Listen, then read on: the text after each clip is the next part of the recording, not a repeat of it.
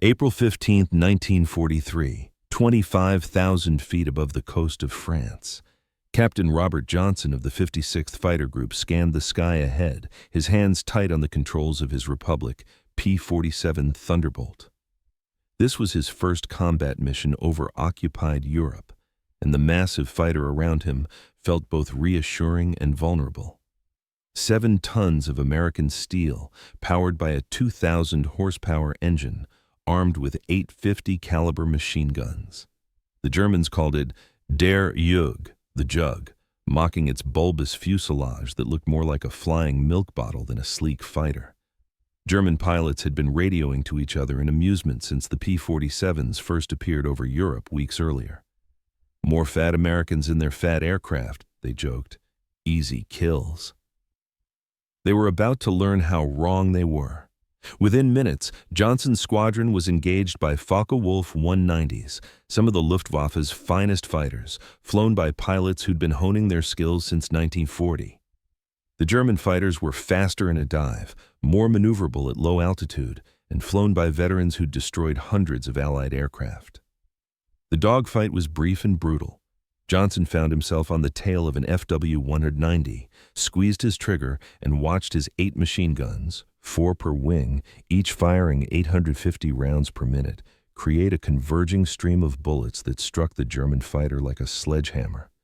The FW-190 came apart, not damaged, not smoking. It literally disintegrated, pieces of wing and fuselage tumbling through the sky as Johnson flew through the debris field. "Jesus Christ," Johnson said over the radio, his voice shaking with adrenaline. "Did you see that?" He had just experienced what would become the Thunderbolt's signature characteristic: devastating, overwhelming, apocalyptic firepower. Each of those 850 caliber machine guns fired bullets the size of a man's thumb at 20,900 feet per second.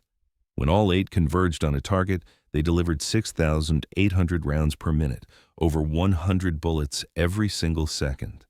German pilots who survived encounters with P-47s would describe it in their combat reports with a mixture of awe and terror, like flying into a wall of steel. The American fighters' guns seemed to fire continuously. One burst and my aircraft was finished. But in April 1943, most German pilots still didn't take the P-47 seriously. It was too big, too heavy, too ungainly. Surely this American contraption couldn't compete with the refined products of German engineering, the Messerschmitt Bf 109 and Focke-Wulf 190 that had dominated European skies for years. Adolf Galland, one of Germany's most successful aces and later General der Jagdflieger, General of Fighter Pilots, would later write in his memoir, "We made a terrible mistake. We looked at the Thunderbolt and laughed. We watched it enter combat and thought the Americans had sent us a gift. Within months, we learned to fear it more than any other fighter the Allies possessed. The mockery turned to terror very quickly." This is the story of how that transformation happened, how American industrial might, combined with hard-won tactical lessons and the courage of pilots who refused to give up on their ungainly fighter, turned the P-47 Thunderbolt from a joke into the Luftwaffe's worst nightmare. The unlikely fighter, the Republic, P-47. Thunderbolt was never supposed to be beautiful. It was supposed to be functional, survivable, and lethal. On all 3 counts, it succeeded beyond anyone's expectations, but it took time for that success to become apparent. The aircraft's designer, Alexander Kartveli, was a Georgian immigrant who'd fled the Russian Revolution and eventually found his way to the United States. Working for Republic Aviation Corporation, Kartveli designed the P-47 around a single principle: build the smallest possible airframe around the largest possible engine.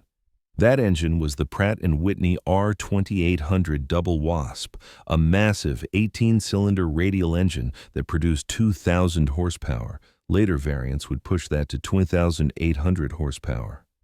To enable this enormous engine to operate effectively at high altitude, Kartveli added a turbo supercharger, essentially a turbine driven by exhaust gases that forced more air into the engine at altitude, maintaining power where normally aspirated engines would struggle. The turbo supercharger was installed in the rear fuselage, requiring complex ducting to route air from the engine to the turbine and back. This necessitated the P-47's distinctive deep fuselage, which gave it that milk bottle appearance that German pilots initially mocked.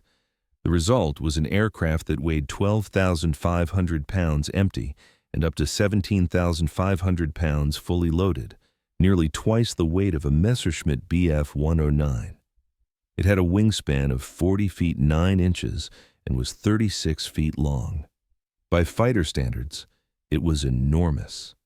When I first saw the P-47, I thought someone was playing a joke, recalled Lieutenant Colonel Francis Gabreski, who would become the highest-scoring P-47 ace in Europe with 28 victories. This thing was supposed to be a fighter? It looked like someone had strapped wings to a water heater. I told my commander there'd been a mistake, that they'd sent us attack planes instead of fighters. But Kartveli had made deliberate choices. The aircraft's size wasn't a design flaw. It was a necessary consequence of the capabilities he wanted to achieve. The massive engine provided power. The turbo supercharger enabled high-altitude performance, and the rugged construction, with a radial engine that could absorb enormous damage in redundant systems throughout the aircraft, made it incredibly survivable. The radial engine configuration was particularly important for survivability.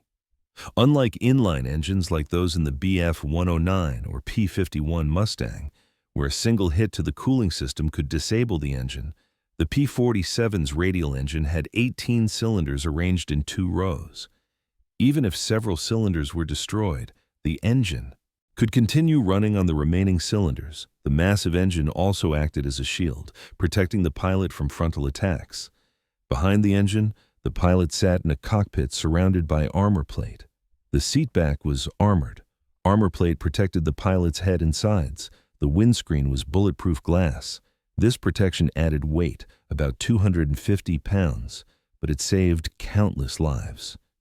I once took 37mm cannon fire from a German fighter, recalled Captain Walker Mahurin, another P-47 ace. The shell hit my engine cowling, exploded, and sent shrapnel through the aircraft. If I'd been flying a 109 or a Spit, I'd have been killed instantly. In the Jug, the engine absorbed most of the blast, and the armor plate stopped what got through. I had some cuts from fragments, but I flew the aircraft home and landed it. The ground crew counted 36 holes in the aircraft. We patched it up, and I flew it again 3 days later. Kartveli also insisted on heavy armament. The P-47 mounted 850 caliber M2 Browning machine guns, 4 in each wing. Each gun was loaded with 425 rounds initially, later increased to 500 in some variants, giving the aircraft 3,400 rounds of ammunition and approximately 30 seconds of firing time. This was unprecedented firepower for a fighter aircraft. The British Spitfire carried 8 303 machine guns, smaller rounds with less hitting power. The German Bf 109 typically carried one 20mm cannon and 2 7.92mm machine guns. The FW 190A carried 4 20mm cannons, but with limited ammunition, perhaps 200 rounds per gun. The P-47's 850 caliber guns delivered more kinetic energy on target per second than any contemporary fighter. The 50 caliber round was large enough to be devastating against aircraft structures, yet small enough to be carried in large quantities. It was the perfect balance for air combat. The philosophy was simple, explained a Republic engineer who worked on the P-47 project. American industrial capacity meant we could build large, heavy fighters and equip them with massive amounts of ammunition. We couldn't necessarily outturn German fighters, but we could outshoot them, outclimb them at altitude, and outsurvive them. We built a fighter for the American way of war, using industrial advantage to overcome tactical sophistication. The ammunition was arranged in long belts that fed from ammunition boxes in the wings to the guns. The belts used a mix of ammunition types: armor-piercing, incendiary, tracer, and ball rounds. The mixture was carefully designed to be effective against both aircraft structures and pilots, with tracers allowing pilots to see where their bullets were going and adjust their aim. The guns themselves were synchronized to converge at a specific range, typically 300 yards. At this distance, all 8 streams of bullets met at a single point, creating a zone of destruction approximately 6 feet in diameter. Anything in that zone when the pilot pressed the trigger was likely to be obliterated. The first P-47 prototype flew on May 6, 1941, 6 months before Pearl Harbor brought the United States into World War II. Initial testing revealed an aircraft with extraordinary high-altitude performance, but mediocre handling at low altitude. It accelerated slowly compared to lighter fighters, turned ponderously, and seemed more suited to bomber escort than dogfighting. Test pilot Lowry Brabham reported after early flights, "Above 25,000 feet, this aircraft is phenomenal. The turbo keeps the engine producing full power where other fighters are gasping. But below 15,000 feet, it's a truck. Slow to accelerate, doesn't want to turn. If we send pilots into combat in this thing and tell them to dogfight at low altitude, we're going to lose a lot of them." The Army Air Forces ordered it anyway. The United States was gearing up for war and needed fighters immediately. The P-47's flaws could be addressed through tactics and training. Its strengths, durability, firepower, high-altitude performance, were exactly what long-range bomber escort missions would require. Moreover, Army Air Forces planners understood that American bombers would need to attack targets deep in German-held territory at high altitude where flak was less effective. Those bombers would need fighter escorts that could operate effectively at 25,000 to 30,000 feet. The P-47 was designed for exactly that mission profile. Production ramped up quickly. Republic's factory in Farmingdale, Long Island, began churning out Thunderbolts at an increasing rate.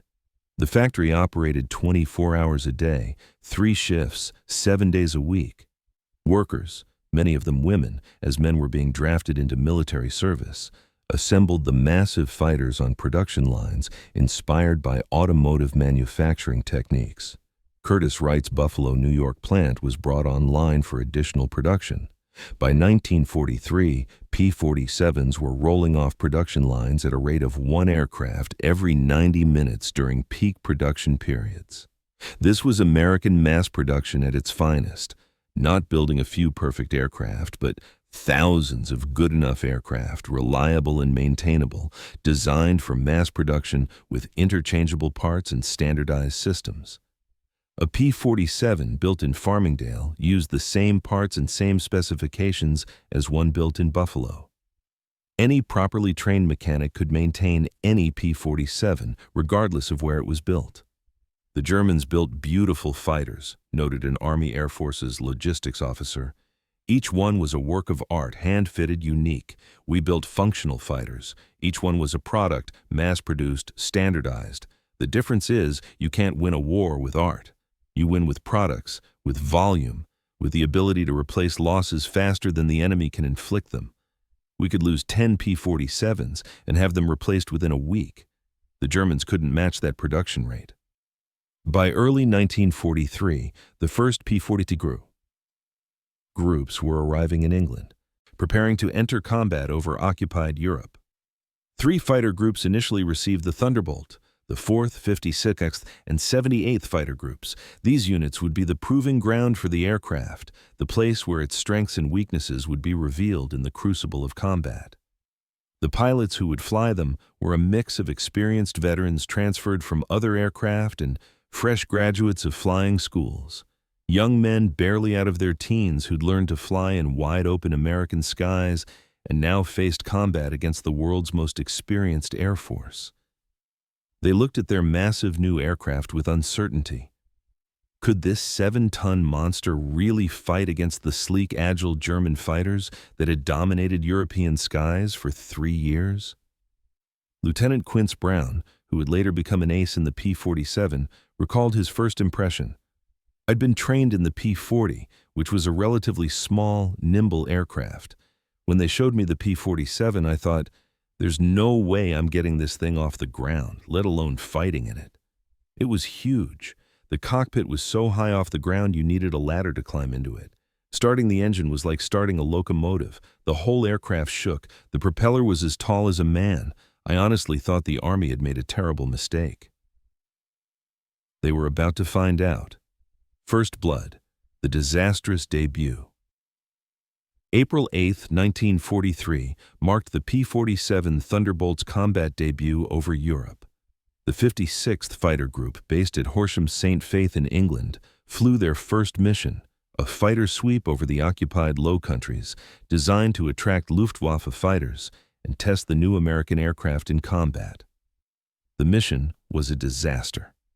The 56th launched 24 P-47s for the sweep. They crossed the English Channel at 25,000 feet, following established procedures for bomber escort missions, even though no bombers were present. The plan was simple: fly over occupied territory, wait for German fighters to intercept, and engage them in combat.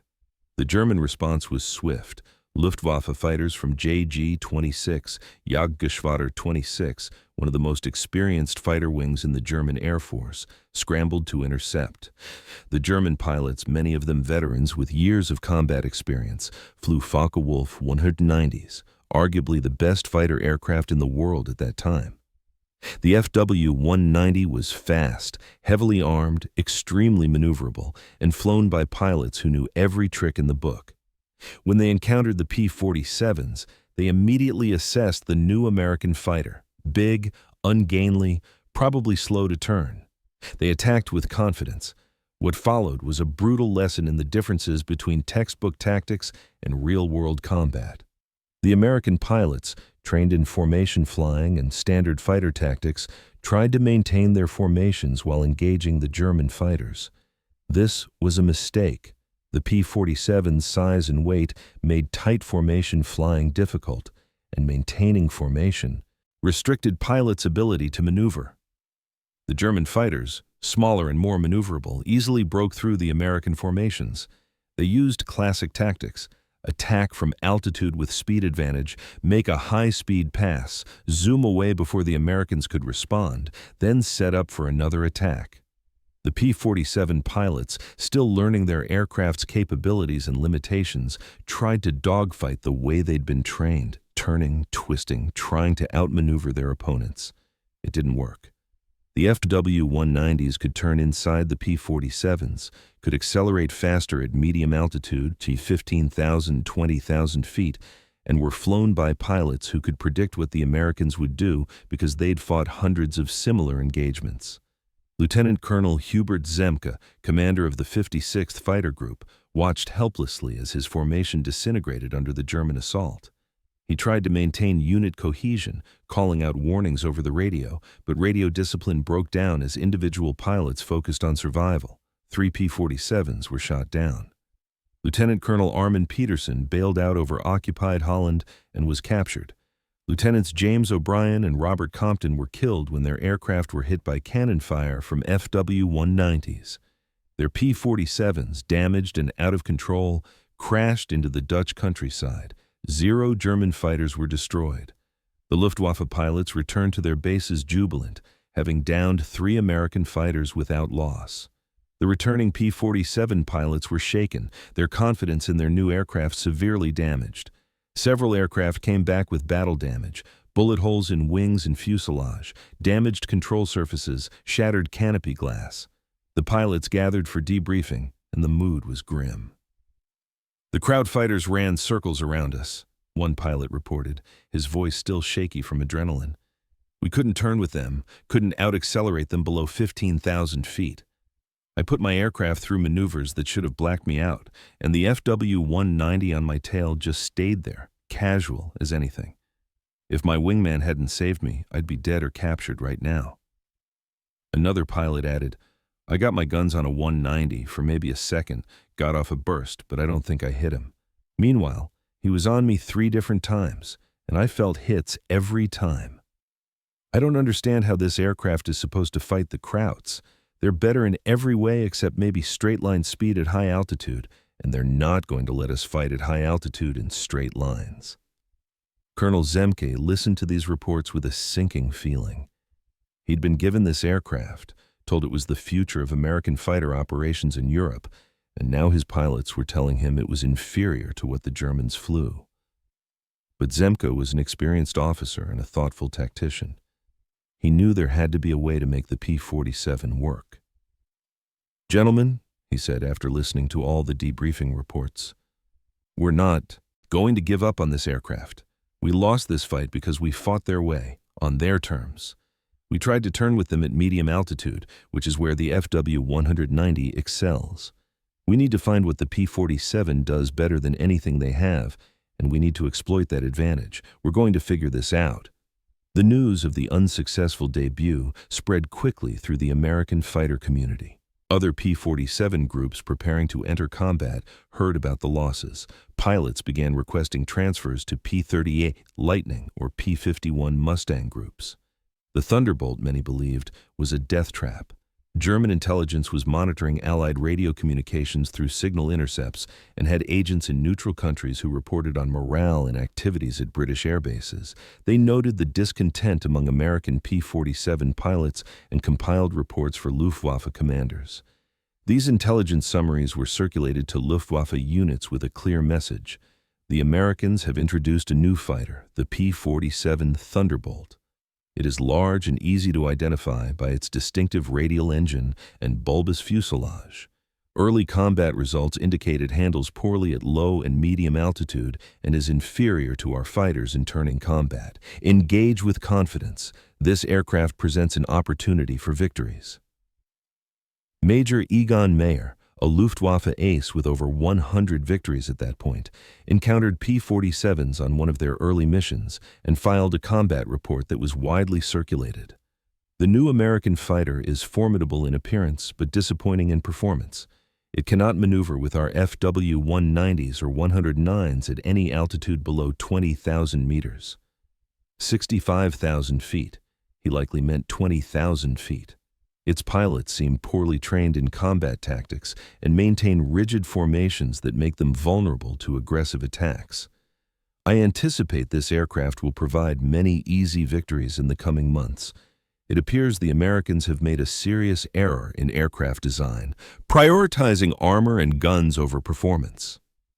At Luftwaffe bases across occupied Europe and in Germany itself, pilots joked about the new American fighter. Der Jug. The jug became a term of mockery, referring to the aircraft's ungainly appearance. Some German pilots created a drinking game. Every time you shot down a P-47, everyone else at the bar had to buy you a beer. They expected to drink well and often. Jokes circulated in Luftwaffe messes.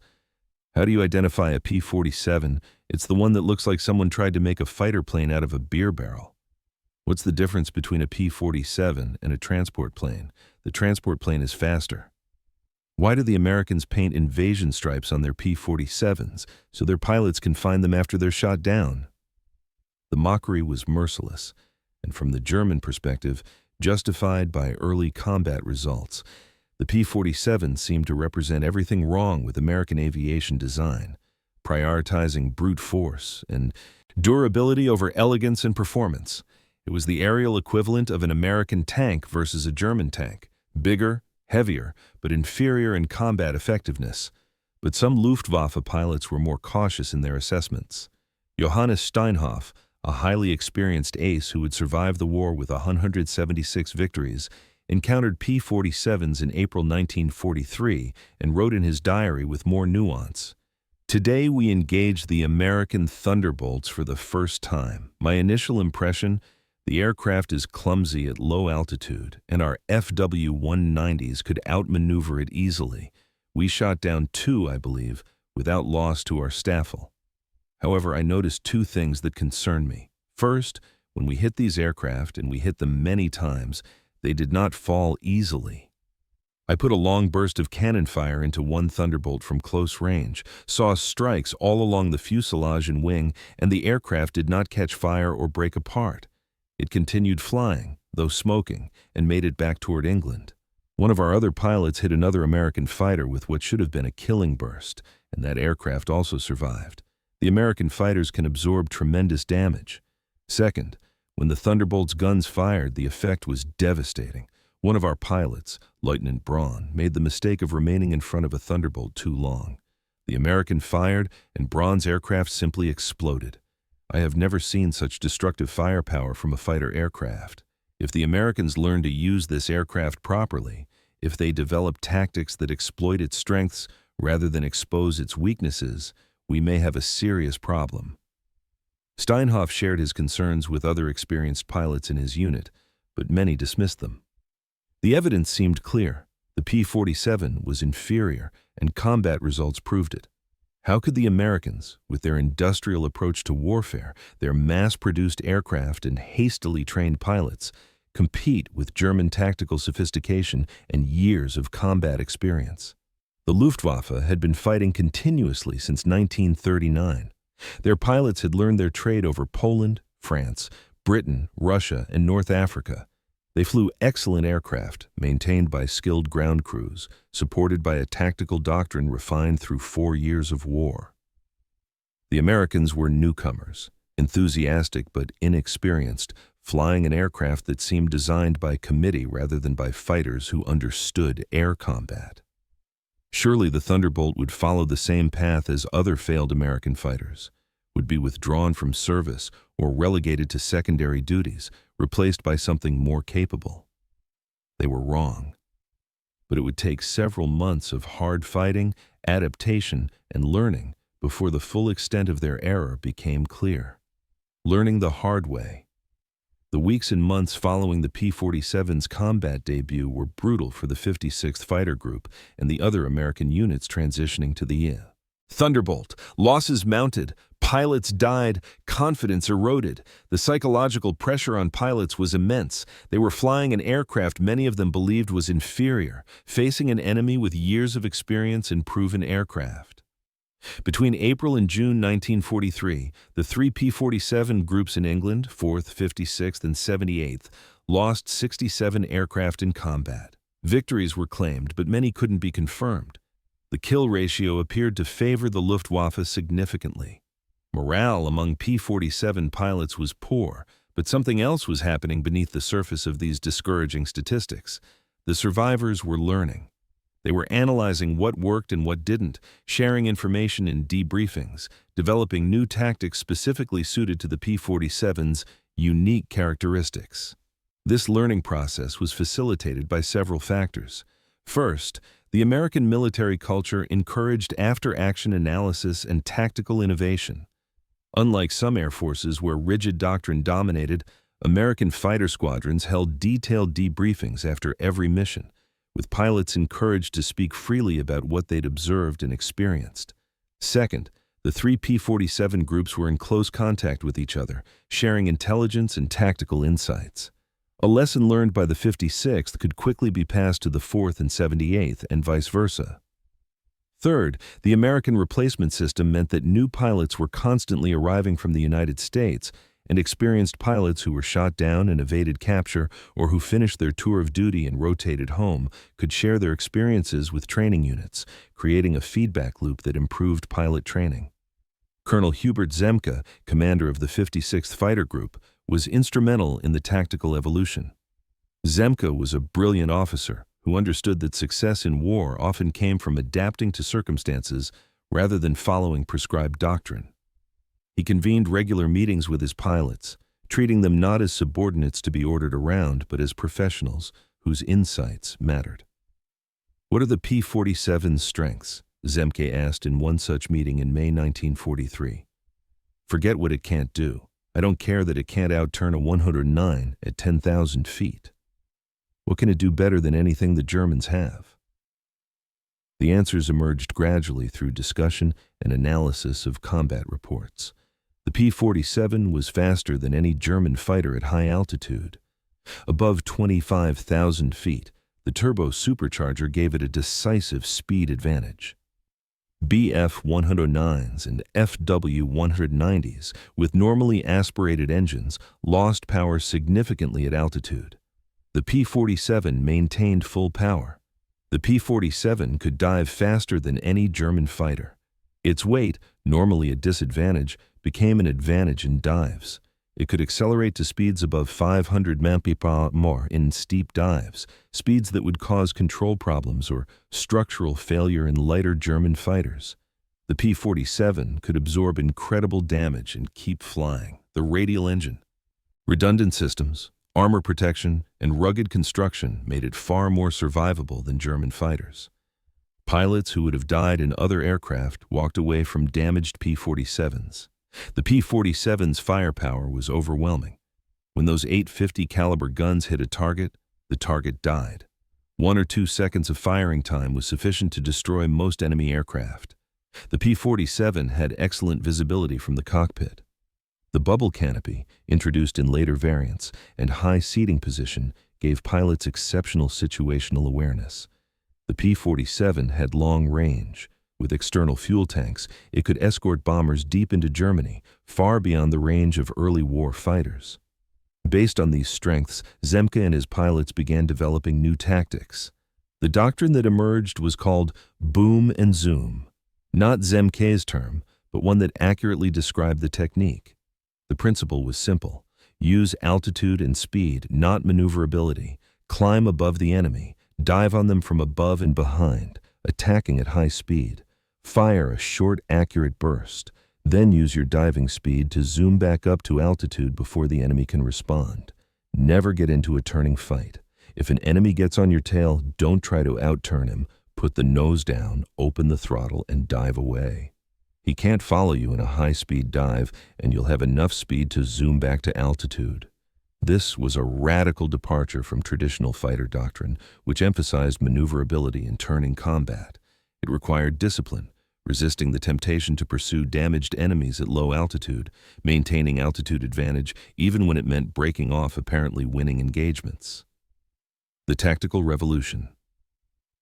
The pilots were skeptical at first. Everything about boom and zoom tactics contradicted their training and their romantic notions of air combat.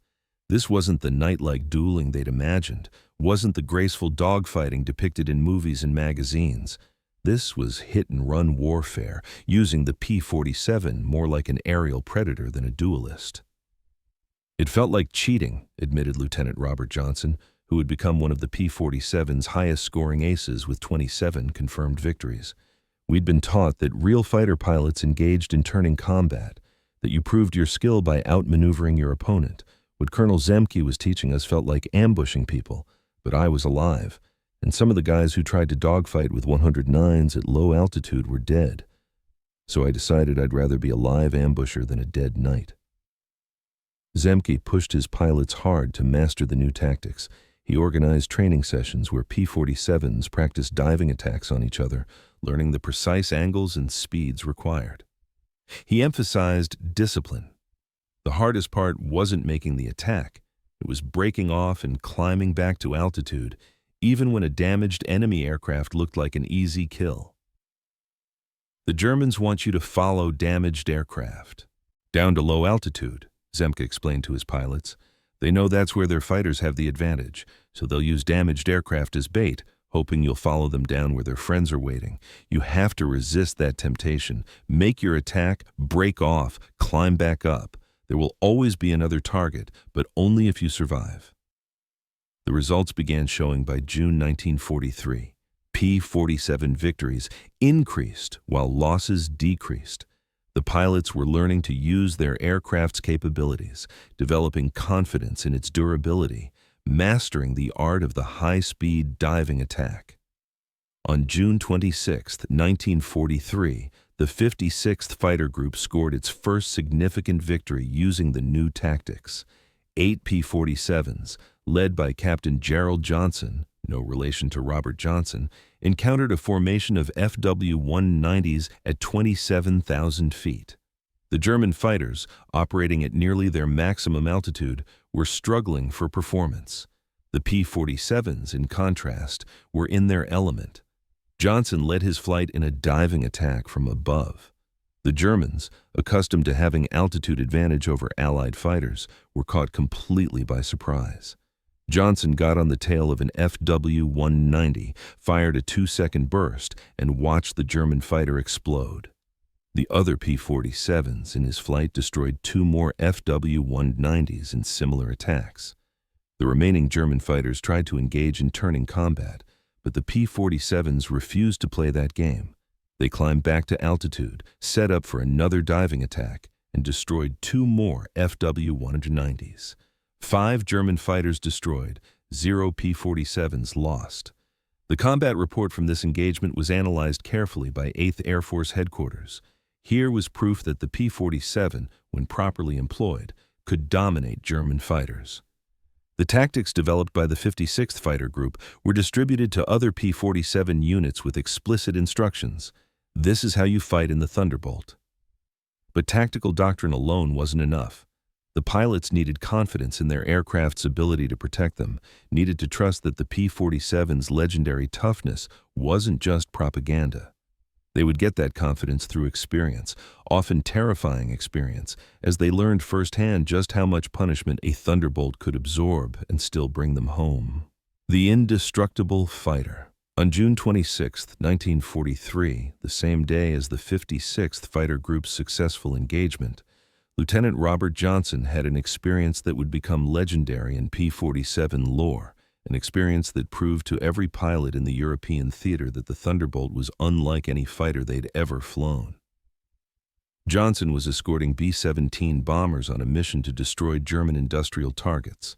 After the bombers had dropped their loads and turned for home, Johnson spotted a straggling B-17 that had been damaged by flak and was falling behind the main formation. German fighters were circling it like sharks, preparing for the kill. Johnson dove to help, driving off 2 FW-190s with accurate fire. But in doing so, he'd separated himself from his squadron. He was alone at 20,000 feet over enemy territory, exactly the situation pilots were trained to avoid. A FW-190 appeared behind him. Johnson didn't see it until tracers started flashing past his canopy.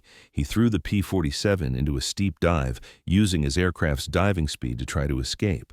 But the German pilot was experienced and persistent. He followed Johnson down, firing repeatedly. Johnson felt the impacts, heavy thuds as 20mm cannon shells struck his aircraft, the sound of metal tearing, wind screaming through holes in the fuselage. His rudder was shot away, his elevator controls were damaged, hydraulic fluid was spraying across his windscreen, making it almost impossible to see. The FW-190 stayed with him, firing again and again. More impacts. Johnson felt something hit his right leg, a piece of shrapnel that tore through the cockpit floor. Blood soaked his flight suit. His instrument panel exploded as a cannon shell struck it, showering him with glass and debris. "I'm dead," Johnson thought. "This aircraft is going to explode any second." But it didn't. The P-47 kept flying. The engine kept running. Despite catastrophic damage, despite holes you could put your fist through in the wings and fuselage, despite having been hit by at least 20mm cannon shells and countless machine gun bullets, the Thunderbolt continued to fly. Johnson wrestled with the controls, trying to maintain some semblance of controlled flight. The German pilot, perhaps running low on ammunition, moved alongside Johnson's crippled aircraft. For a moment, the two pilots looked at each other across the narrow gap between their aircraft. The German pilot was a veteran, an experienced ace whose face Johnson could see clearly. The German looked at Johnson's shot-up aircraft, looked at Johnson himself, visible through the canopy with blood on his flight suit, and apparently decided that this American was already dead. The aircraft would crash in minutes, no need to waste more ammunition. The FW-190 pilot waved almost respectfully, then peeled away and headed back to his base. Johnson, barely conscious from blood loss and shock, pointed the P-47 toward England and prayed. He had no instruments. They'd been destroyed. He had minimal control. The rudder was gone. The elevators were damaged. He was flying almost entirely with his ailerons and throttle. He had no radio. It had been shot out. But the engine kept running. That magnificent R-2800, despite having taken multiple hits, despite having cylinders blown apart, despite having oil leaking from a dozen punctures, kept running. It ran rough, smoking and vibrating, but it ran. Johnson flew for an hour, growing weaker from blood loss, his vision tunneling, but maintaining enough consciousness to keep the aircraft pointed west. When he finally saw the English coast, he nearly wept with relief. He made for the nearest airfield, a RAF base, and prepared to land.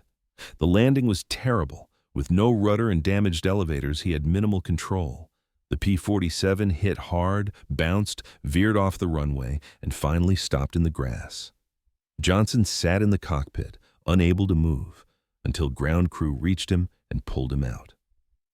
The RAF personnel who examined his aircraft couldn't believe he'd survived.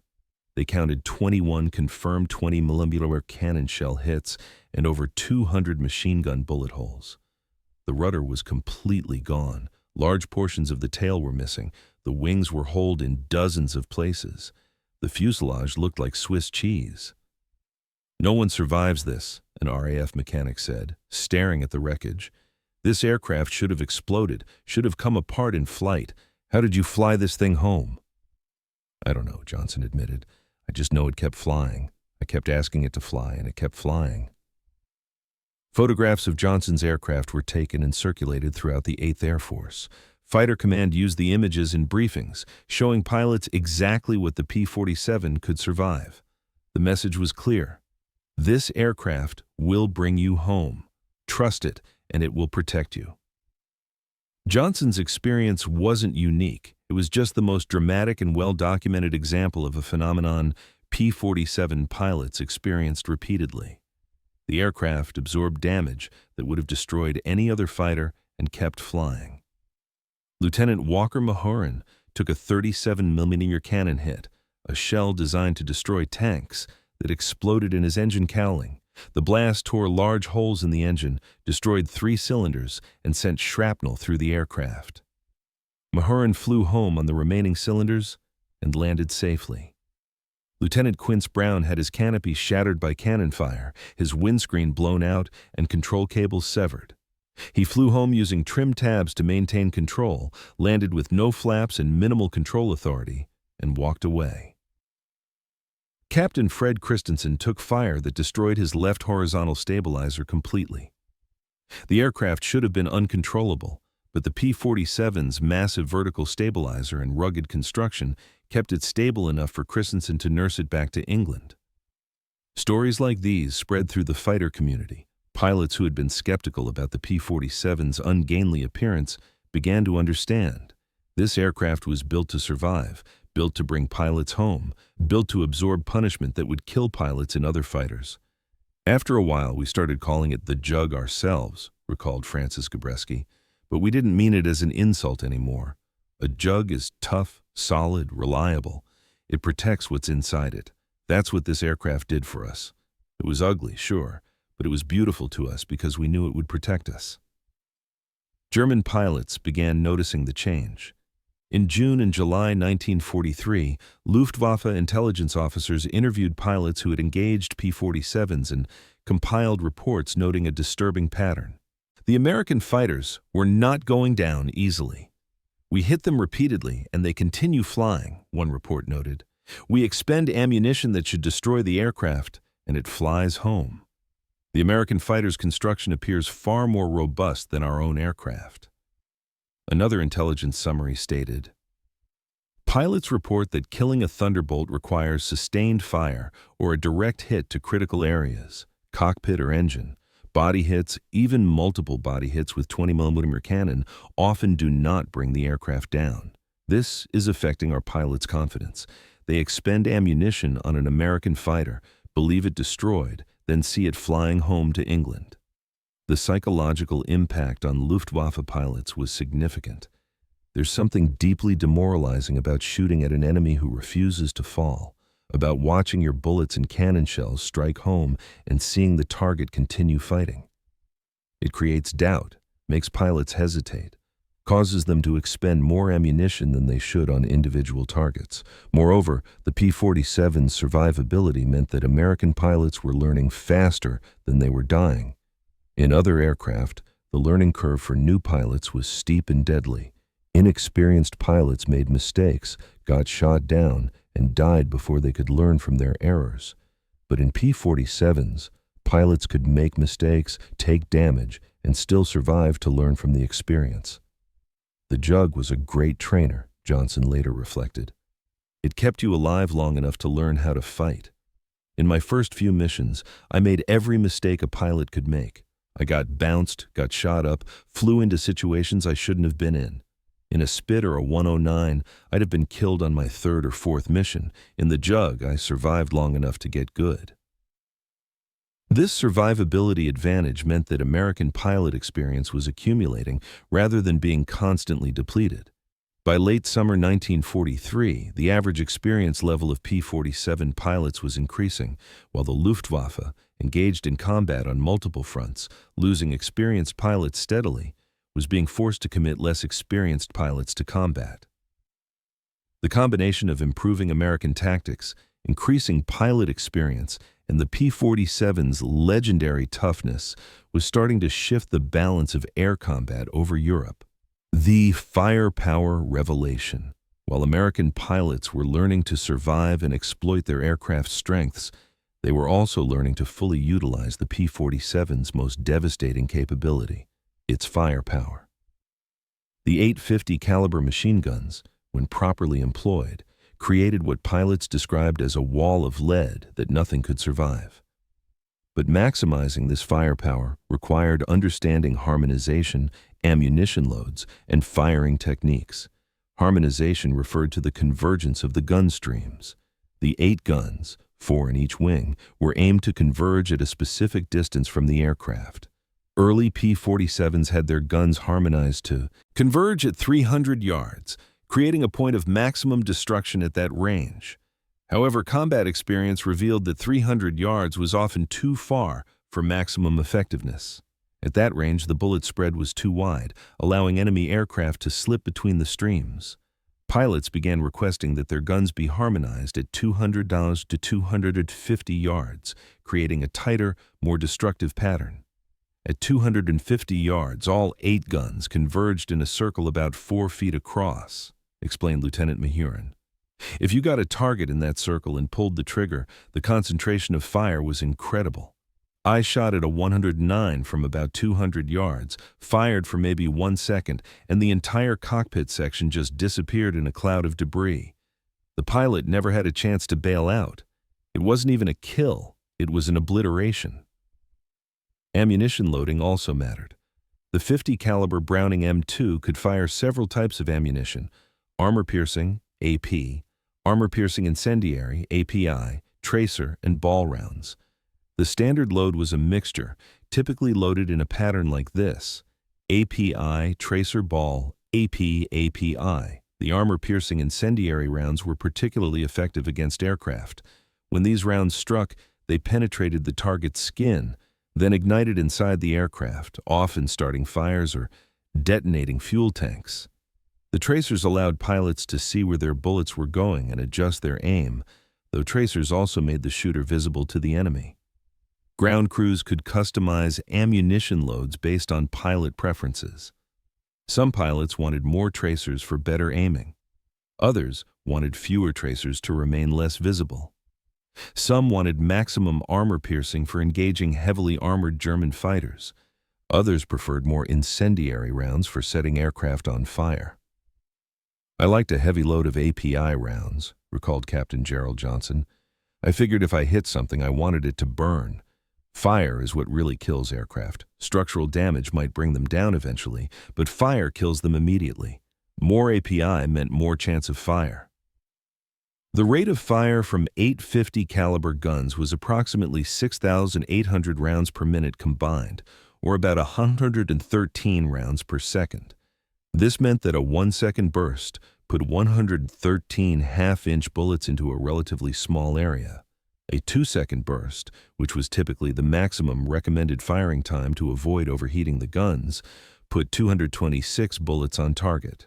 To put this in perspective, a German Bf 109G, one of the Luftwaffe's primary fighters, typically carried one 20mm cannon with 200 rounds, about 10 seconds of firing time at 600 rounds per minute, and two 13mm machine guns with 300 rounds each, about 20 seconds of firing time at 900 rounds per minute combined.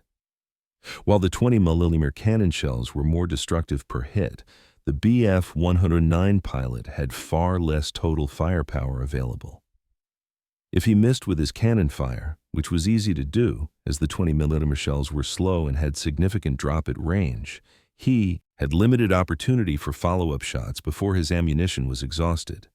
The P-47 pilot, in contrast, could fire 30 continuous seconds if needed, though such long bursts would overheat and potentially damage the guns.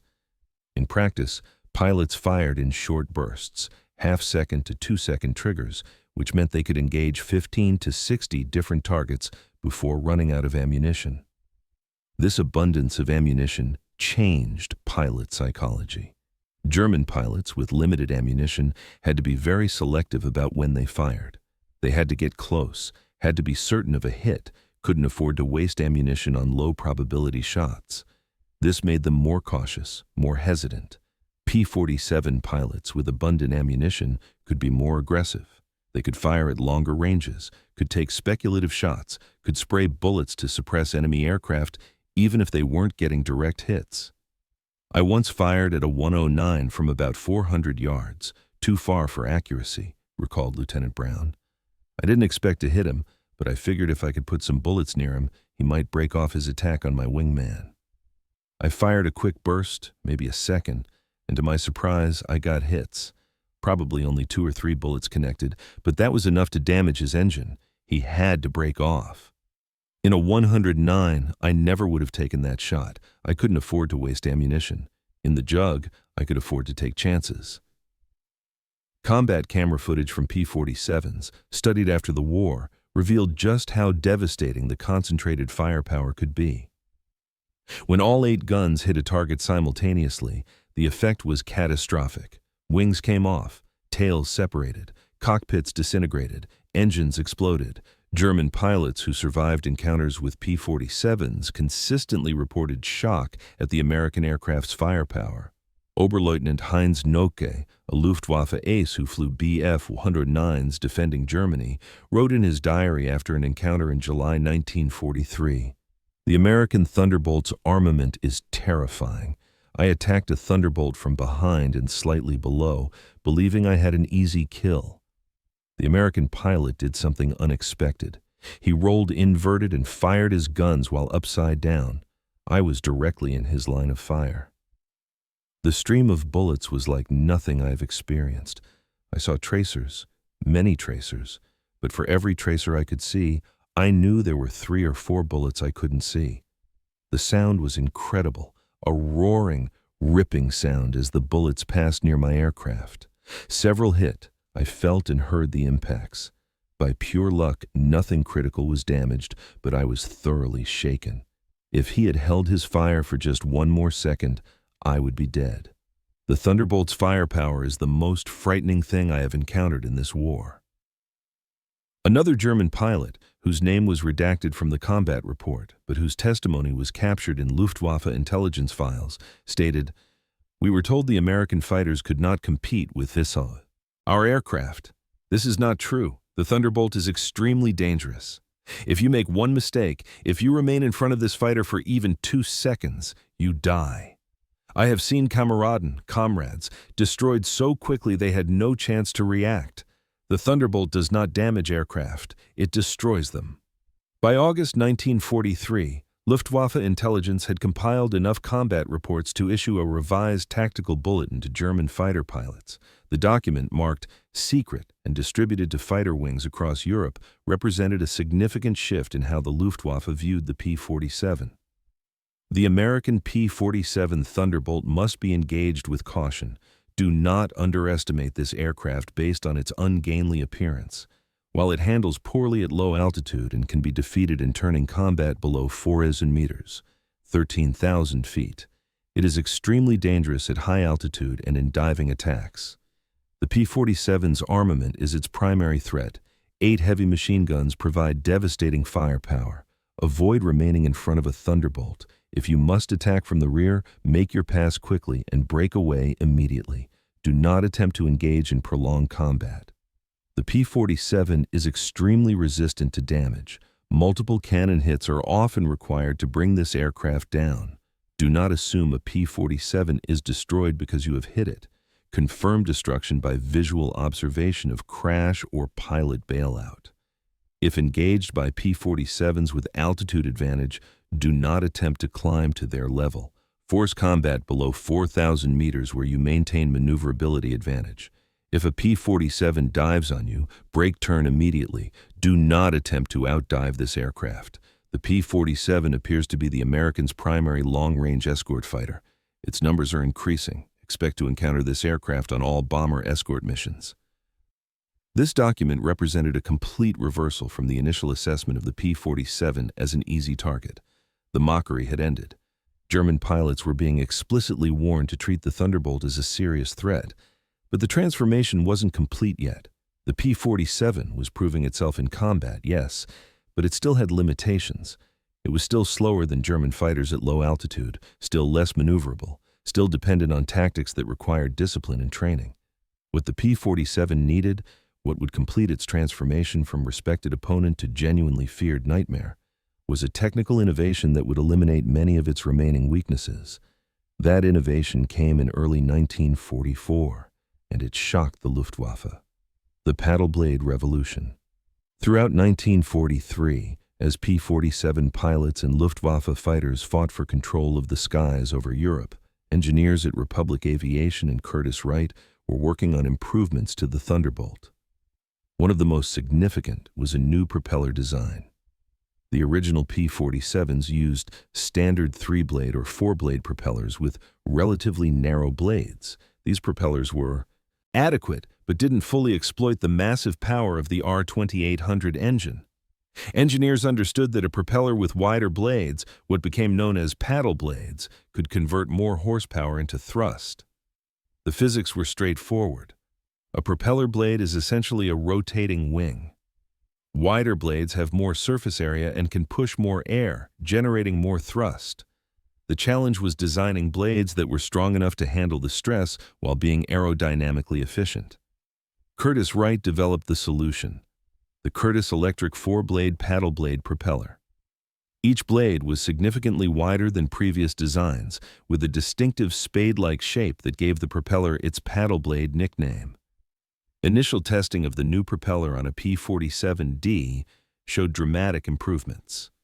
Rate of climb increased by approximately 50%. Time to reach 20,000 feet dropped from 9.2 minutes to 6.5 minutes, a reduction of nearly 3 minutes. Maximum speed increased from 428 km/h to 439 km/h. Perhaps most importantly, acceleration at all altitudes improved significantly. The combination of the paddle blade propeller with other refinements, water injection systems that temporarily boosted engine power to 2,800 horsepower, improved turbo supercharger ducting, reduced drag through aerodynamic refinements, created what was essentially a new aircraft. The improved P-47, designated the P-47D-25 and subsequent variants, began arriving in England in March 1944.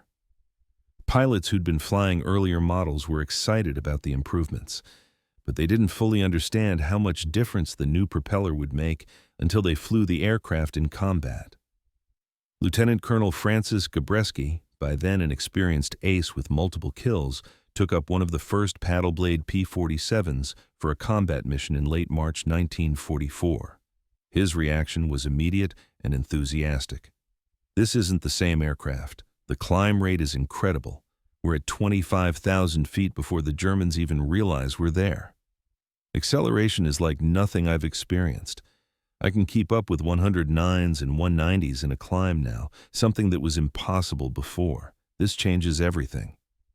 The first major engagement involving large numbers of paddle blade P-47s occurred on April 8, 1944, exactly 1 year after the P-47's disastrous combat debut. The contrast with that earlier engagement couldn't have been more stark. The 56th Fighter Group, now equipped entirely with paddle blade P-47s, encountered a large formation of FW-190s at 22,000 feet. The German pilots, experienced veterans who'd fought P-47s for a year and understood their tactics and limitations, set up for a standard engagement.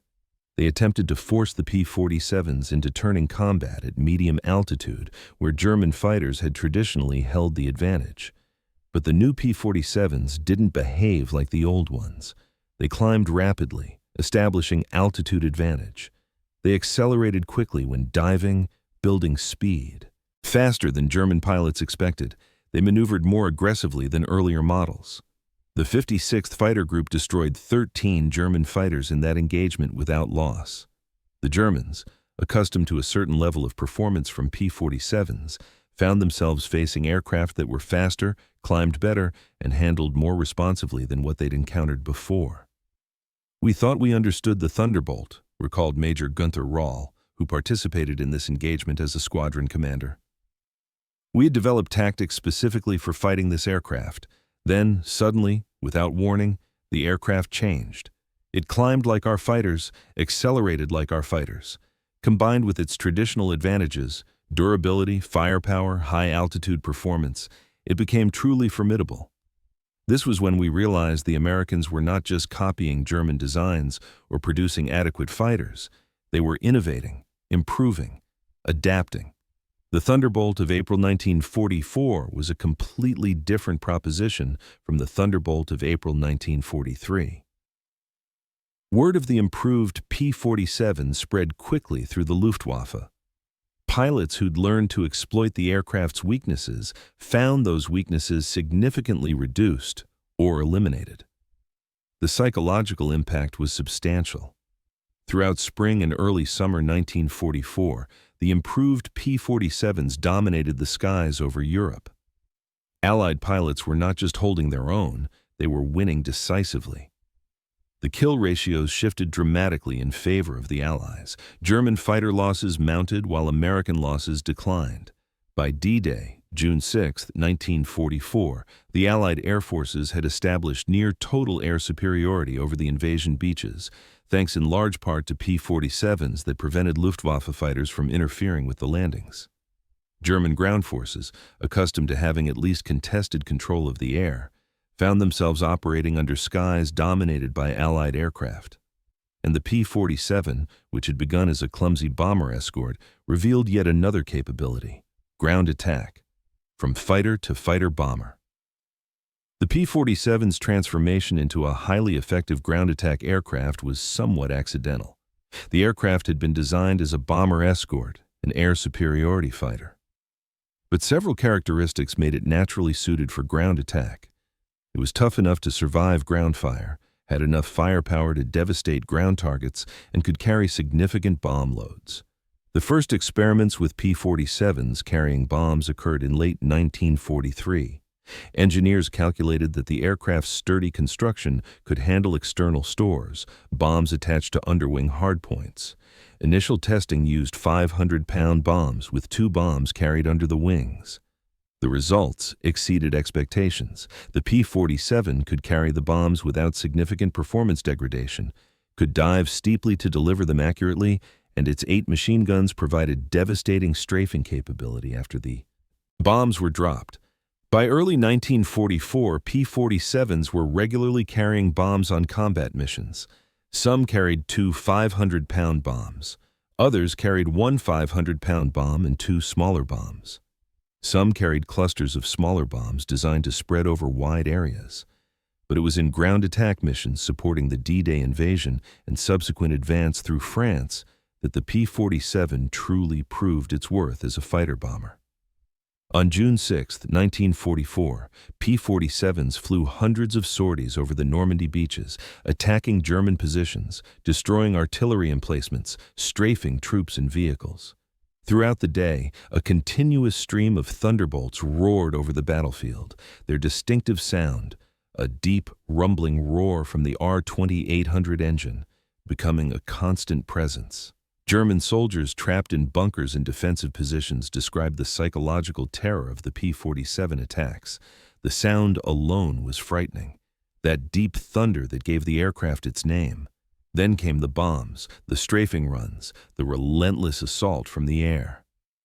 Obergefreiter Hans Schmidt, a German infantryman defending a position near Omaha Beach, later described the experience. The American Jabos, fighter bombers, came in waves. You would hear them before you saw them, that distinctive engine sound. Then they would appear, diving at steep angles, and you knew the bombs were coming. You pressed yourself into whatever cover you could find and prayed. After the bombs, they would strafe. The sound of their 8 machine guns was like nothing else, a ripping, tearing sound, incredibly loud. The bullets tore through everything. Concrete, steel, sandbags, nothing stopped them. Men caught in the open were cut down instantly. Even in cover, you felt vulnerable. The psychological effect was as bad as the physical damage. You felt helpless, unable to fight back, just waiting for the next attack. As Allied forces pushed inland from Normandy, P-47s continued their ground attack role, interdicting German supply lines, destroying transportation networks, attacking troop concentrations. They became particularly effective at destroying tanks and armored vehicles. The standard technique was the cab rank system. P-47s would loiter over the battlefield at altitude, waiting for ground controllers to identify targets.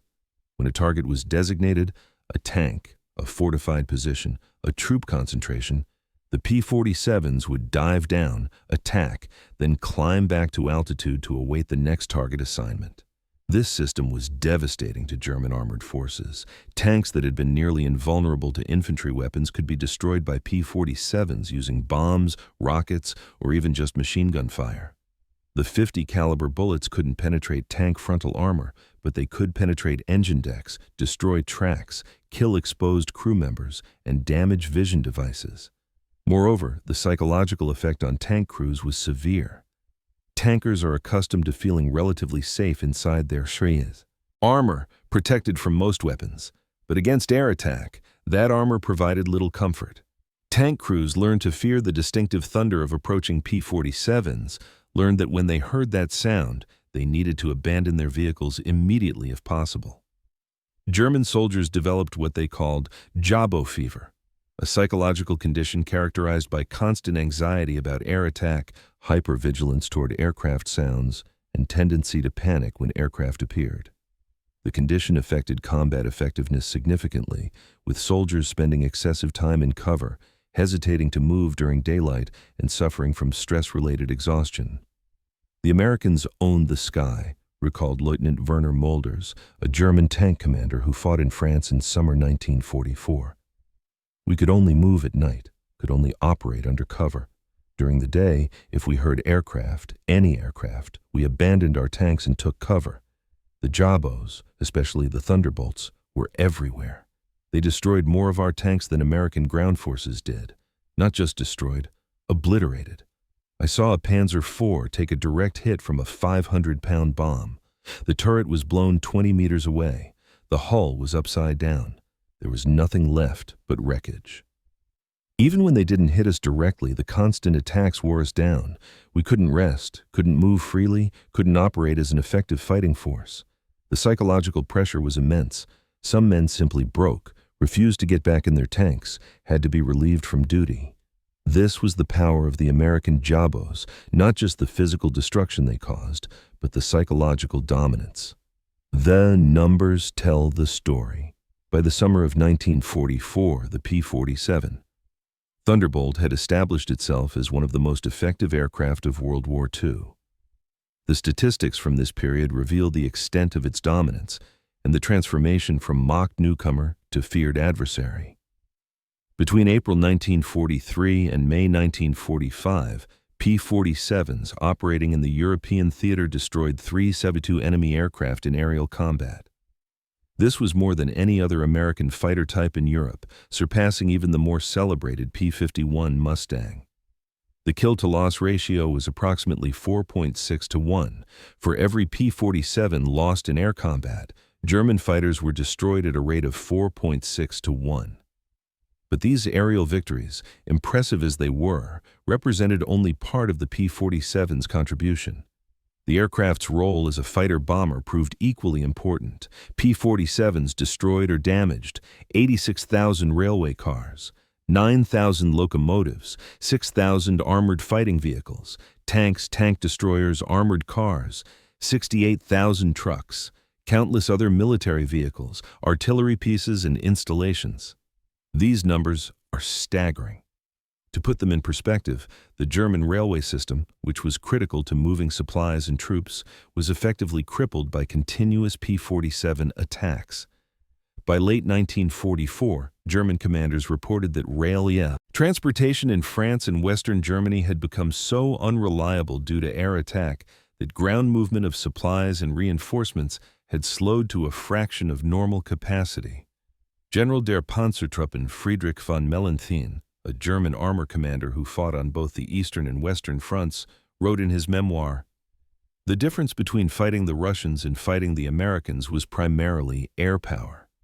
The Russians had aircraft, certainly, but they never achieved the level of air dominance the Americans did.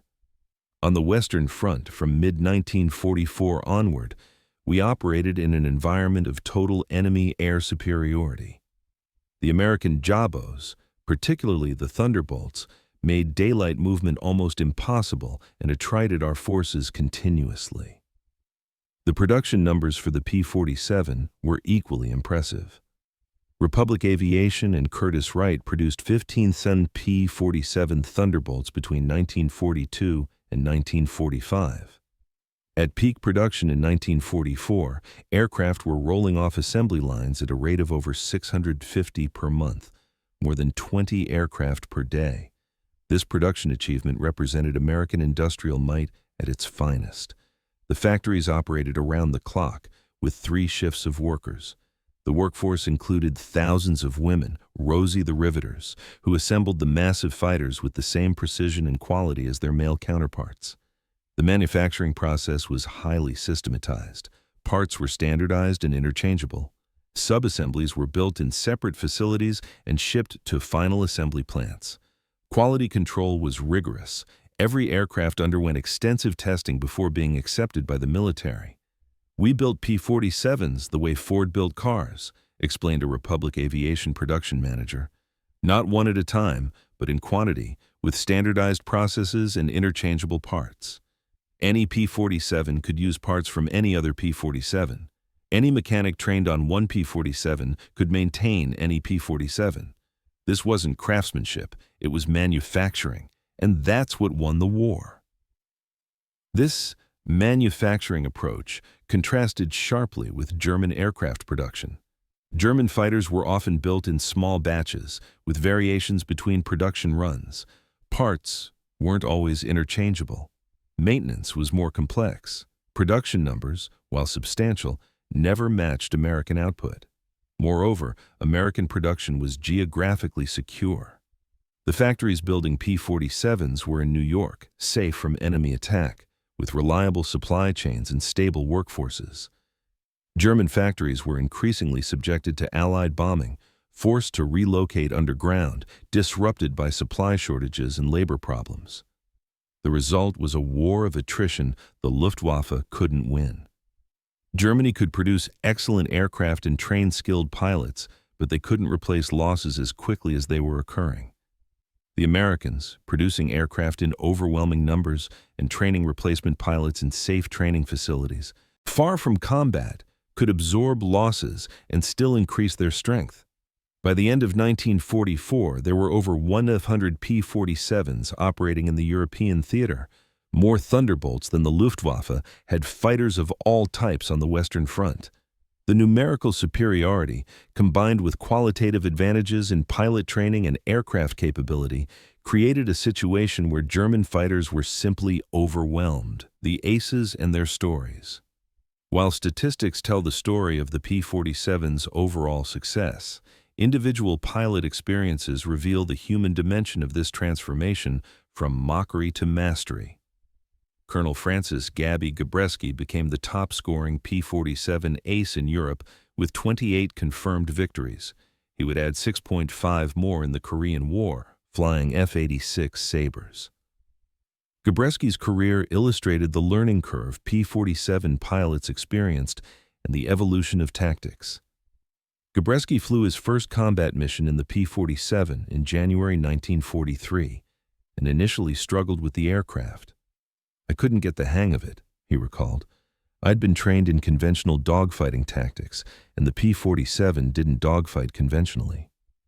I went on my first 15 or 20 missions without scoring a single kill.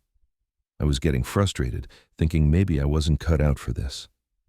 But Gabreski studied tactics, learned from experienced pilots, and adapted his technique to suit the P-47's characteristics. Once I understood boom and zoom, once I learned to use altitude and speed instead of turning, everything clicked. I started getting kills, and I realized the P-47 was actually superior to what the Germans flew. You just had to use it correctly.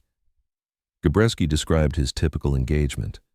I'd patrol at 28,000 to 30,000 feet looking for targets below. When I spotted enemy fighters, I'd position myself with sun and altitude advantage, then dive.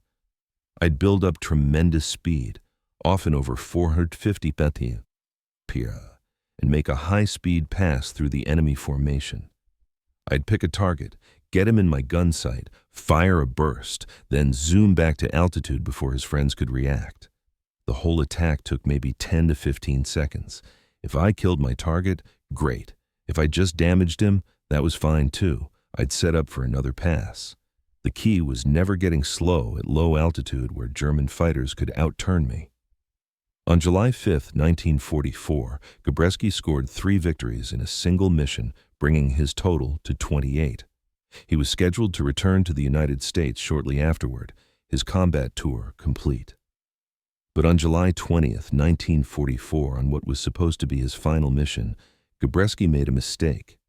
He was strafing a German airfield at low altitude when his propeller struck the ground, damaging it.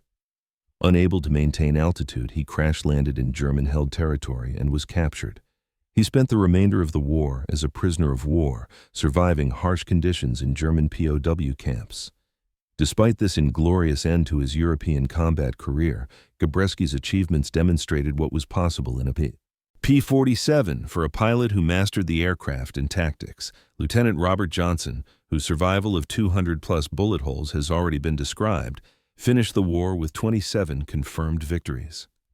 Johnson was known for aggressive tactics and exceptional gunnery. "I believed in getting close before firing," Johnson explained. "Some pilots would fire from 400,500 yards, hoping to get lucky. I'd close to 200 yards or less. At that range, with the P-47's firepower, you didn't need a long burst. 1 or 2 seconds was enough to destroy any German fighter." Johnson described his most memorable kill. "I was escorting bombers over Germany when I spotted a FW-190 stalking our formation. He hadn't seen me. I was above and behind him, perfect position. I dove, closed to about 150 yards and fired. All 8 guns, maybe a 1-second burst. The 190 just came apart. I flew through the debris cloud, pieces of wing, fuselage, everything. When I looked back, there was nothing but falling wreckage. The pilot never knew what hit him." Johnson flew 91 combat missions and survived numerous close calls beyond his famous 200 bullet hole incident.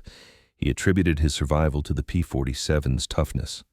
"That aircraft saved my life multiple times. I was hit, I don't know, maybe a dozen times across all my missions. Some were minor, a few bullet holes, nothing critical. Some were serious, major damage, systems failures, wounded. But the Jug always brought me home. Always." Captain Walker Bud Mahurin finished with 21.75 victories. The fraction came from shared kills where credit was split between multiple pilots. Mahurin was known for his analytical approach to combat. "I treated air combat like a science," Mahurin said. "I studied German tactics, learned their formations, understood their standard responses to different situations. This let me predict what they'd do and position myself accordingly. The P-47 was perfect for this approach because it gave me time to think. In other fighters, everything happened so fast you were just reacting. In the P-47, you could plan your attacks, set up properly, execute deliberately." Mahurin described the psychological aspects of combat. "The first time you kill someone, it affects you. You see a German fighter explode and you know there's a human being in that explosion, someone's son, maybe someone's father. It bothers you. But you can't dwell on it. You have to compartmentalize, treat it as just doing your job. Otherwise, you'll hesitate, and hesitation gets you killed." These aces, Gabreski, Johnson, Mahurin, and dozens of others, became the public face of the P-47's success. They gave interviews, received medals, had their photographs published in newspapers back home. They became symbols of American fighting spirit and the effectiveness of American equipment. But behind these celebrated aces were thousands of other P-47 pilots who flew combat missions, contributed to air superiority, and survived or died in aircraft that had evolved from mocked milk bottles to the fighters they trusted with their lives. The German perspective, from laughter to fear. As the war progressed and German pilots accumulated experience fighting P-47s, their assessment of the aircraft underwent a complete reversal. Intelligence reports, combat diaries, and post-war interviews reveal this transformation. Major Heinz Baer, a Luftwaffe ace with 220 victories, including 16 against Western allies, wrote in late 1944, "The Americans have achieved what we thought impossible. They have produced a fighter that is both tough and deadly. The Thunderbolt is not elegant like the Spitfire or agile like the Wonder 9, but it doesn't need to be. It climbs to altitude we cannot reach, dives at speeds we cannot match, absorbs damage that would destroy our fighters, and delivers firepower that obliterates anything it hits. We made a terrible mistake in 1943 when we laughed at this aircraft."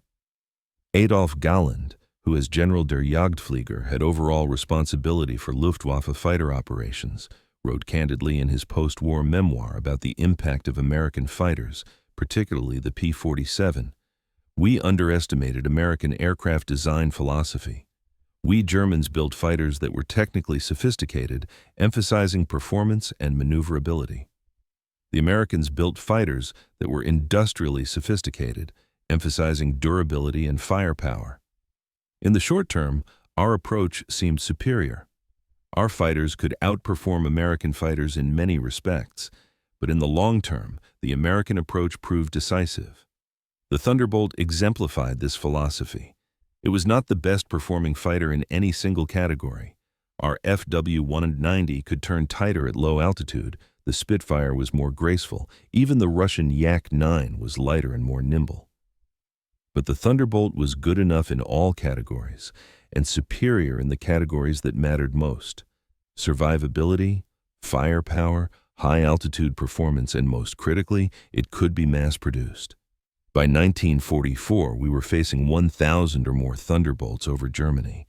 Even if each Thunderbolt was slightly inferior to each of our fighters, which they weren't, the numerical superiority was overwhelming. And these aircraft were flown by pilots who were well-trained, well-supported, and who improved constantly because they survived long enough to learn. The Thunderbolt was not just an aircraft. It was a weapon system that represented American industrial and military power. Fighting against it was like fighting against an avalanche. You might stop one part, might achieve local successes, but the overall mass was unstoppable.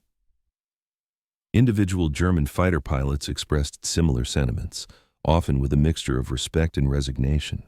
Oberleutnant Hans Philipp, who was killed in combat in October 1943, wrote in his diary shortly before his death, "The American Thunderbolts have become very dangerous. I remember when they first appeared, we thought they were jokes, fat targets that would provide easy victories. How wrong we were. Now, when we see Thunderbolts, we approach carefully. We look for altitude advantage, look for isolated targets, try to avoid their strengths, but increasingly they have no weaknesses to exploit. They are everywhere, in large numbers, and they are winning." Lieutenant Walter Krupinski, who survived the war with 197 victories, recalled in a post-war interview, "In 1943, if you told a Luftwaffe pilot he had to fight Thunderbolts, he might smile. Easy kills. By 1944, if you told him he had to fight Thunderbolts, he would grimace. By 1945, he might refuse, preferring to fight Russian fighters on the Eastern Front rather than face the endless waves of Thunderbolts over Germany." The psychological impact of the P-47 on German fighter pilots cannot be overstated. The aircraft had transformed from an object of mockery to a source of genuine fear. This fear affected combat effectiveness. Pilots who fear their opponent fight more cautiously, break off engagements earlier, take fewer risks. Moreover, the constant losses to P-47s and other Allied fighters created a spiral of declining effectiveness. Experienced German pilots were killed or captured at rates the training system couldn't replace. Replacement pilots, younger and less experienced, were thrown into combat without adequate training and were quickly shot down by experienced Allied pilots flying superior aircraft.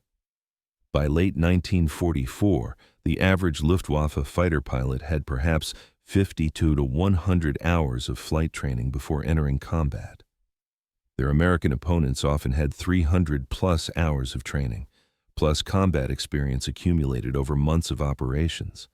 The training differential, combined with numerical and technological advantages, created a situation where German fighters were simply outclassed. The Thunderbolt's legacy in ground attack. While the P-47's achievements in air-to-air combat were impressive, its impact as a ground attack aircraft arguably proved even more significant to the war's outcome. The systematic destruction of German transportation, supply, and armored forces by P-47s during 1944-1945 crippled Germany's ability to conduct mobile warfare. The scale of destruction was unprecedented. The 86,000 railway cars and 9,000 locomotives destroyed or damaged by P-47s represented a significant portion of Germany's rail transport capacity. Railways were critical to German military logistics. Most supplies moved by rail, and the loss of rail capacity created supply crises across all fronts.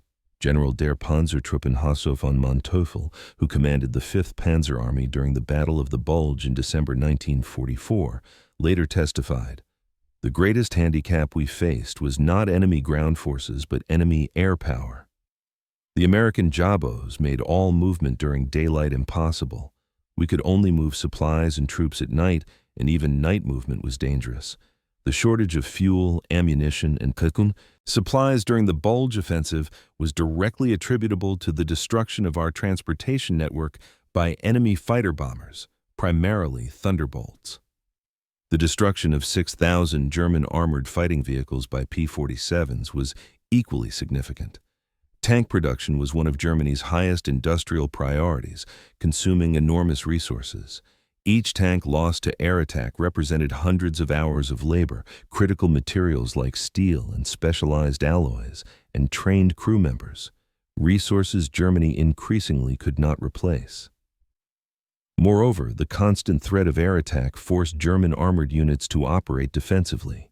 Tanks that might have been used in offensive operations instead remained dispersed and concealed, their effectiveness reduced by the need to avoid air attack. The psychological dimension of the ground attack campaign extended beyond just Jabo fever among frontline troops. German commanders had to factor air attack into every operational decision.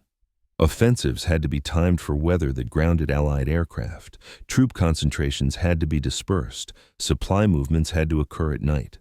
The constant need to mitigate air attack added complexity and friction to German military operations. Post-war analysis by Allied operational research teams concluded that the P-47's ground attack role may have contributed more to Germany's defeat than its air superiority role. While destroying enemy fighters was important, destroying enemy supplies, transportation, and ground forces had more immediate impact on military operations. Air superiority was necessary but not sufficient for victory, explained one analysis. The P-47's ability to operate as both air superiority fighter and ground attack aircraft made it uniquely valuable. It could clear the skies of enemy fighters, then turn its attention to ground targets, all in the same mission. This dual capability was decisive. Technical evolution and variance. The P-47's evolution throughout the war demonstrated American engineering's ability to continuously improve and adapt. Multiple variants were produced, each incorporating lessons from combat experience. The P-47D, which represented the majority of production, went through numerous subvariants. The P-47D-25 introduced the paddle blade propeller. The P-47D-40 incorporated further aerodynamic refinements. Late production P-47Ds featured improved bubble canopies that provided 360-degree visibility, further enhancing the aircraft's already excellent visibility. The bubble canopy was particularly significant. Earlier P-47s had a razorback fuselage that swept upward behind the cockpit, creating a blind spot toward the rear.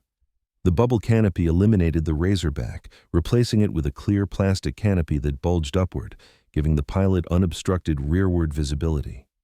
The bubble canopy was a game changer, recalled Lieutenant Mahurin. Before, you had to constantly weave to check your 6 o'clock, your rear. With the bubble canopy, you could see behind you with just a glance. This saved countless pilots who would otherwise have been bounced from behind. The P-47M variant, introduced in late 1944, was designed specifically for intercepting German V-1 flying bombs and Me-262 jet fighters. It featured an upgraded engine producing 2,800 horsepower with water injection, giving it a maximum speed of 473 AMPA, making it one of the fastest piston engine fighters of the war. The P-47N, developed primarily for the Pacific Theater with extended range through increased fuel capacity, represented the ultimate expression of the Thunderbolt concept. It had a wingspan extended to 42 feet 7 inches compared to 40 feet 9 inches for earlier models, carried more fuel, and had maximum range exceeding 2,000 miles with external tanks. Though designed for the Pacific, some P-47Ns served in Europe in the war's final months. Each variant incorporated feedback from combat pilots.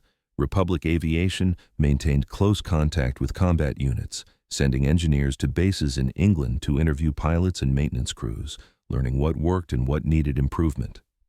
The relationship between Republic and the combat squadrons was excellent, recalled one squadron maintenance officer.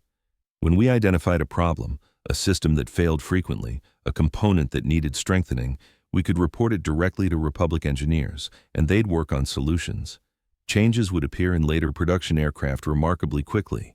This feedback loop meant the P-47 kept getting better throughout the war.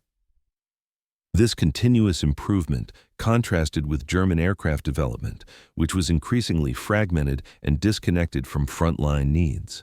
German aircraft designers pursued advanced concepts, jet fighters, rocket interceptors, exotic weapons, while frontline units often struggled with reliability problems in existing aircraft types that weren't being addressed. The price of success. The P-47's success came at a cost. Despite its legendary durability, despite its ability to absorb damage and bring pilots home, 3 of our 9 Pullman P-47s were lost in combat in the European theater alone. Each lost aircraft represented not just destroyed equipment, but a pilot killed, captured, or wounded. The memorials and cemeteries in Europe contain the graves of hundreds of P-47 pilots who didn't survive. They died in air combat, shot down despite their aircraft's toughness.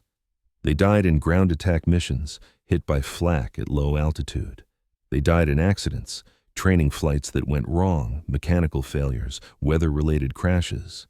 The human cost of air war is easy to forget when focusing on statistics and technology. Behind every kill claim, every mission report, every technical improvement were young men, most in their early 20s, many younger, who faced death regularly and carried psychological scars even if they survived physically unscathed. Lieutenant Quince Brown, reflecting decades after the war, described the psychological burden. People think being a fighter pilot was glamorous, exciting. Sometimes it was, but mostly it was terrifying. You'd wake up knowing that today might be the day you die. You'd watch friends get killed. One day they're there, joking in the mess hall. The next day they're gone, shot down over Germany. You learn not to get too close to people because they might not be there next week. The jug saved my life multiple times, kept me alive when I should have died. I'm grateful for that.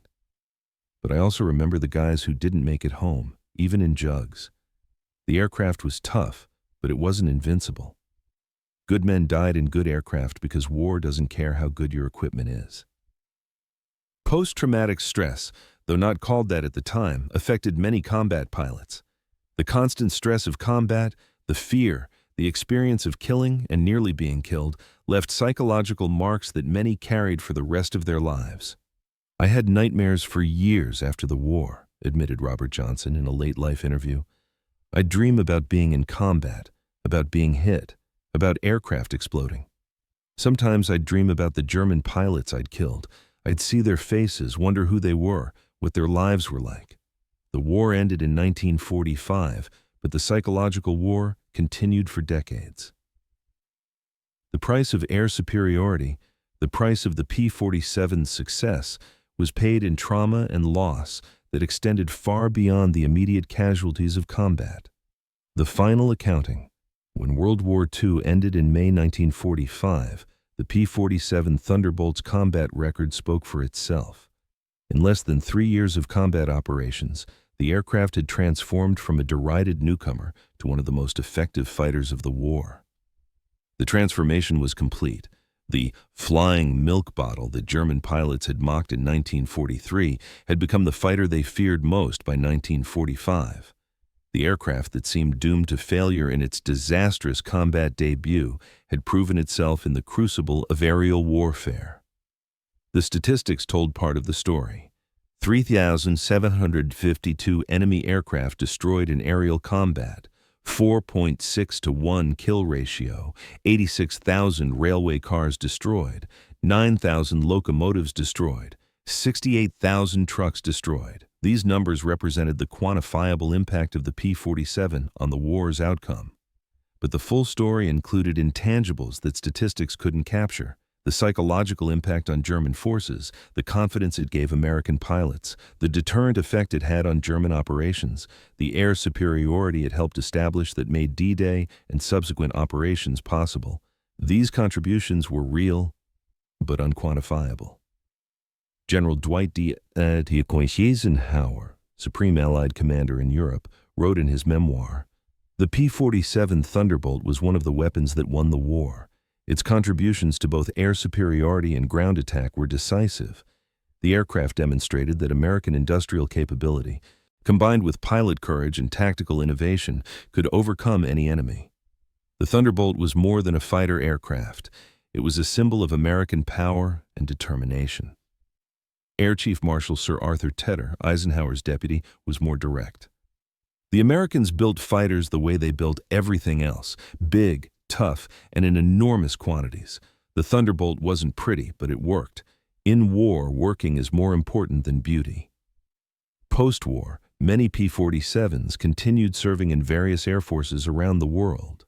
The aircraft saw combat in the Chinese Civil War, the 1948 Arab-Israeli War, and various Latin American conflicts through the 1950s. Some P-47s remained in service with reserve units into the 1960s, a testament to the aircraft's enduring utility. But the P-47's primary legacy wasn't its post-war service. Its legacy was proving that American design philosophy, emphasizing durability, firepower, and mass production over elegance and maximum performance, could win wars. Lessons learned: the P-47's transformation from mockery to mastery offers several lessons that remain relevant to military aviation and broader military strategy. First, initial setbacks don't determine final outcomes. The P-47's disastrous combat debut could have led to the aircraft being withdrawn from service or relegated to secondary roles. Instead, pilots and commanders analyzed failures, adapted tactics, and persevered until they found ways to exploit the aircraft's strengths. Second, different design philosophies can be equally valid depending on context. The German approach, building high-performance maneuverable fighters, was technically sophisticated and effective in individual combat. The American approach, building tough, heavily armed fighters in vast quantities, was industrially sophisticated and effective in sustained warfare. Neither approach was inherently superior. Each suited different strategic contexts. Third, the integration of technology, tactics, and training determines effectiveness more than any single factor. The P-47 succeeded not just because it was a good aircraft, but because it was a good aircraft flown by well-trained pilots using appropriate tactics, supported by effective maintenance and logistics, and produced in sufficient quantities to matter strategically. Fourth, continuous improvement matters. The P-47 of 1945 was significantly better than the P-47 of 1943, not through radical redesign, but through incremental improvements based on combat experience.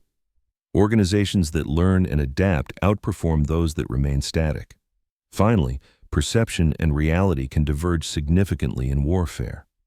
The German perception of the P-47 in 1943, that it was inferior and could be easily defeated, bore little resemblance to the reality of 1945, when the same aircraft had become a feared opponent.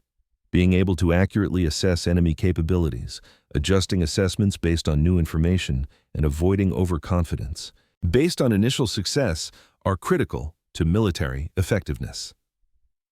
The men who made it work.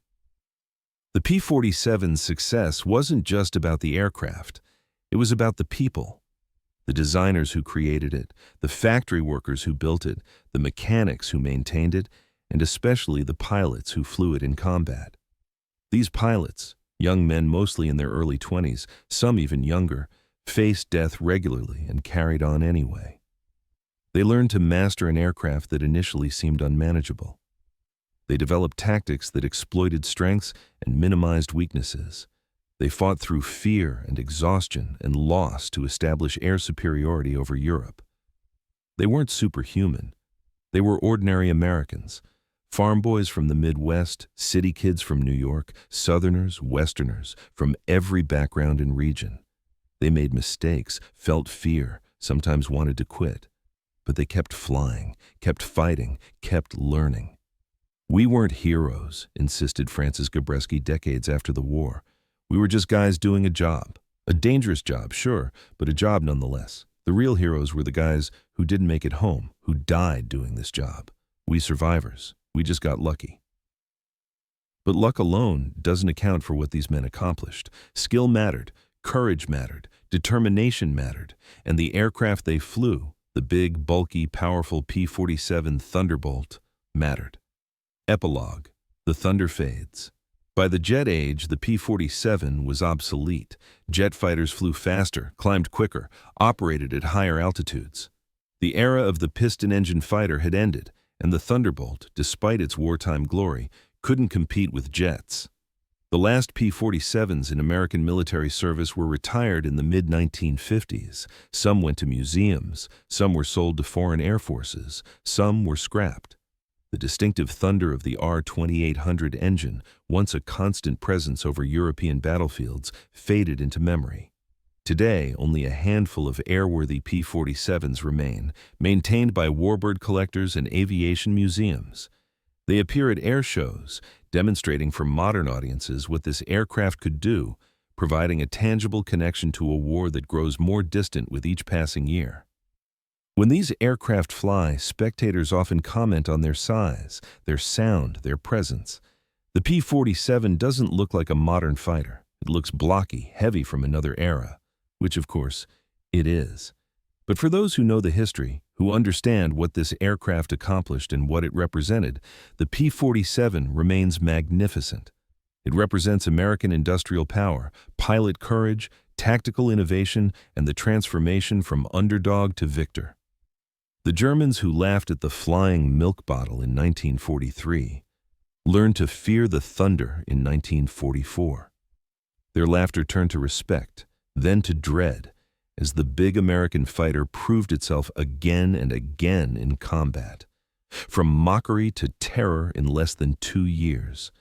From derided newcomer to dominant force.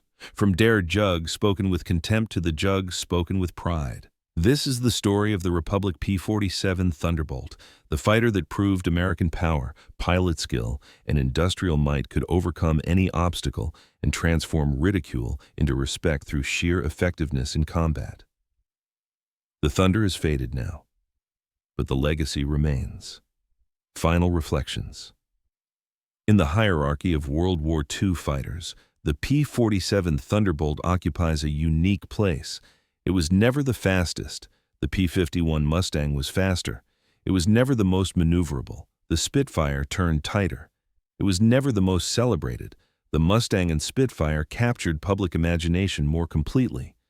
But the P-47 was arguably the most effective. When effectiveness is measured by combat results, survivability, versatility, and strategic impact, it did what it was designed to do: establish air superiority, escort bombers, destroy enemy aircraft and ground targets, and bring pilots home. It did these things not through elegance or sophistication, but through brute effectiveness. It was the sledgehammer approach to fighter design: massive, powerful, straightforward, relentless. Colonel Hubert Zemke, the man who first figured out how to fight effectively in the P-47, perhaps said it best. The Thunderbolt was like the American character: big, tough, straightforward, not particularly elegant, but extremely effective when properly employed. It was exactly what we needed, when we needed it, and it did exactly what it was supposed to do. You can't ask for more than that from any weapon. From the frozen cockpit at 30,000 feet, to the ground attack runs through flak at low altitude, to the countless missions that established and maintained air superiority over Europe, the P-47 and its pilots wrote a chapter of military aviation history that deserves to be remembered. They took an aircraft that was mocked, that seemed designed to fail, and transformed it through courage, skill, and determination into one of the war's decisive weapons. They proved that initial setbacks don't determine final outcomes, that underestimated weapons can become dominant forces, and that American industrial and military power, properly applied, could overcome any obstacle.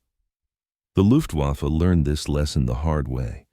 They laughed at the Jug in 1943. By 1945, they feared the Thunder. That transformation, from mockery to mastery, from derision to dread, is the true measure of the P-47 Thunderbolt's achievement. Not just that it was effective, but that it overcame universal skepticism to prove its effectiveness.